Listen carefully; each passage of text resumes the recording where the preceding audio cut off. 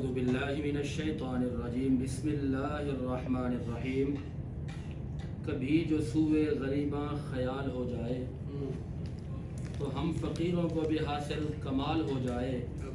میرے آقا کی نظر کا کمال تو دیکھو، جسے پیار سے دیکھیں بلال ہو جائے۔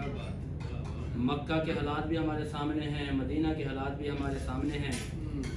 امام الانبیاء نبی پاک علیہ الصلوۃ والسلام مکہ سے مدینہ تشریف لے گئے اور وہاں کے حالات یکدم تبدیل ہو گئے۔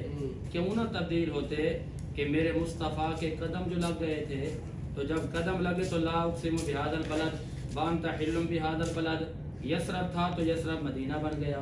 اب یہ جو مکی اور مدنی زندگی ہے، اس کی تو گواہی قرآن کی صورتیں بھی دے رہی ہیں۔ قرآن کریم کی صورتیں نا کچھ مکی ہیں کچھ مدنی ہیں، تو سوال تو یہ پیدا ہوتا ہے کہ ان کو دو طرح سے تقسیم کیوں کیا گیا، مکی اور مدنی کیوں کہا گیا؟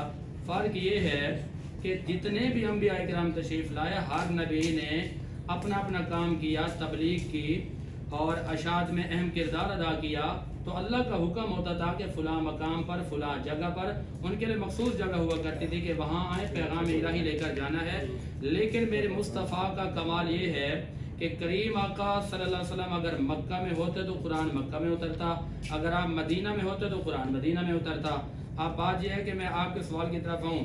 امام الانبیاء نبی پاک علیہ الصلوۃ والسلام جب گئے نا یثرب میں، تو یثرب مدینہ بن گیا۔ تو یثرب کے وہاں رہائشیوں کا جو طرز معاشرت تھا وہ کاشتکاری تھی۔ تو کاشتکاری بہت قدیمی کاروبار ہے اور زراعت ان کا کام تھا، اور اس کے علاوہ ان کے جو کاروباری روابط تھے مکہ سے تھے، اہلیان مکہ سے تھے اور اہلیان شام سے تھے، ان کے رابطے بڑے مضبوط تھے کاروبار کے طور پر۔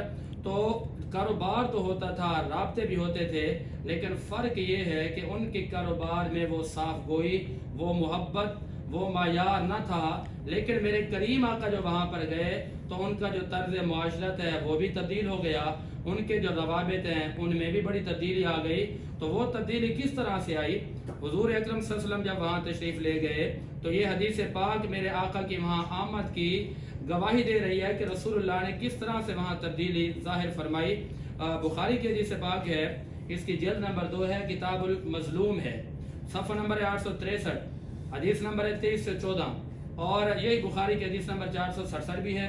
بخاری میں حدیث نمبر ہے 5680، اور یہ روایت مسلم شریف کے اندر بھی موجود ہے، کتاب البر وسیلہ، اس کی جلد نمبر 4 ہے، صفحہ نمبر 1999، اور اسی طرح یہ روایت جو ہے ابن ماجہ کے اندر بھی موجود ہے، ترمذی کے اندر بھی موجود ہے، اس کی جلد نمبر 4 ہے، صفحہ 325 ہے، حدیث نمبر ہے 1928، اور نسائی شریف کی جلد 5 صفحہ 79، حدیث نمبر ہے 2560، اور یہ روایت صحیح ابن حبان کے اندر بھی ہے، جلد 1 صفحہ 467، حدیث نمبر ہے 231، اور مسلم شریف کے اندر بھی یہ روایت موجود ہے، حدیث نمبر ہے 2585۔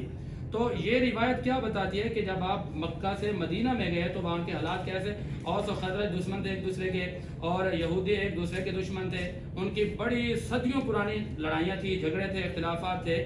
لیکن رسول اللہ صلی اللہ علیہ وسلم جب وہاں گئے تو تبدیلی ایسے آئی، آپ نے جو تبلیغ فرمائی نا تو فرمایا المؤمن للمؤمن کالبنیان یشد بعضہ بعضا۔ آپ نے فرمایا کہ مومن مومن کے لیے، مسلمان مسلمان کے لیے ایک دیوار کی طرح ہے، کہ جس طرح دیواریں آپس میں جڑ کر ایک مضبوط ترین تعلق کو قائم کرتی ہیں، اسی طرح فرمایا کہ جب آپس میں الفت اور محبت قائم ہو جائے، ایمان کا اسلام کا رشتہ آ جائے، تو فرمایا جب ان میں اتفاق اتحاد ہو جائے تو ان کے اندر بھی اس طرح مضبوطی آ جاتی ہے۔ تو یہ مضبوطی در حقیقت میرے کریم آقا کی آمد ہے، میرے آقا کی آمد ذریعہ بنی ہے ان کے درمیان میں محبت کا، رواداری کا، اخلاق کا، حسن کا، کاروبار میں بہتری کا، تجارت میں ترقی کا۔ تو یہ رسالت امام صلی اللہ علیہ وسلم کی وہاں تشریف آوری ہوتی ہے تو ان کی پرانی سے پرانی دشمنیاں ختم ہو گئی، ان کے جو کاروبار کی بالخصوص جو کاروبار تھا، ذریعہ معاش تھا ان کا، اس کے اندر چونکہ صاف گوئی نہیں تھی، تو رسالت امام صلی اللہ علیہ وسلم نے اپنے کردار کے ذریعے ان کو یہ سکھایا، شریعت کے ذریعے ان کو یہ بتایا۔ تو بات تو یہ ہے نا کہ اہلیان مکہ شرک والے تھے اور یہودی جو تھے پہلے سے پڑھ چکے تھے اپنی کتابوں کے اندر، تو بس یہاں پر محبت والا جملہ یہ ہے کہ جس کسی نے میرے آقا کے چہرے کو دیکھا تو کہتے ہیں کہ خدا کی قسم پوری کائنات تو غلط ہو سکتی ہے لیکن یہ نورانی چہرے والا غلط نہیں ہو سکتا۔ جس کسی نے میرے آقا کے قول کو سنا، میرے آقا کی باتوں کو سنا، گفتار کو سنا، وہ کہتے ہیں کہ ہم نے بڑی تحقیق کیا ہے، بڑا غور و فکر کیا ہے یہ ساری کائنات تو غلط ہو سکتی ہے لیکن یہ محمد غلط نہیں ہو سکتے. تو بس سرکار کا وہاں جانا تھا تو وہاں محبت بھی قائم ہو گئی اور لوگ دائرہ اسلام میں بھی داخل ہو گئے. سبحان اللہ. سبحان اللہ.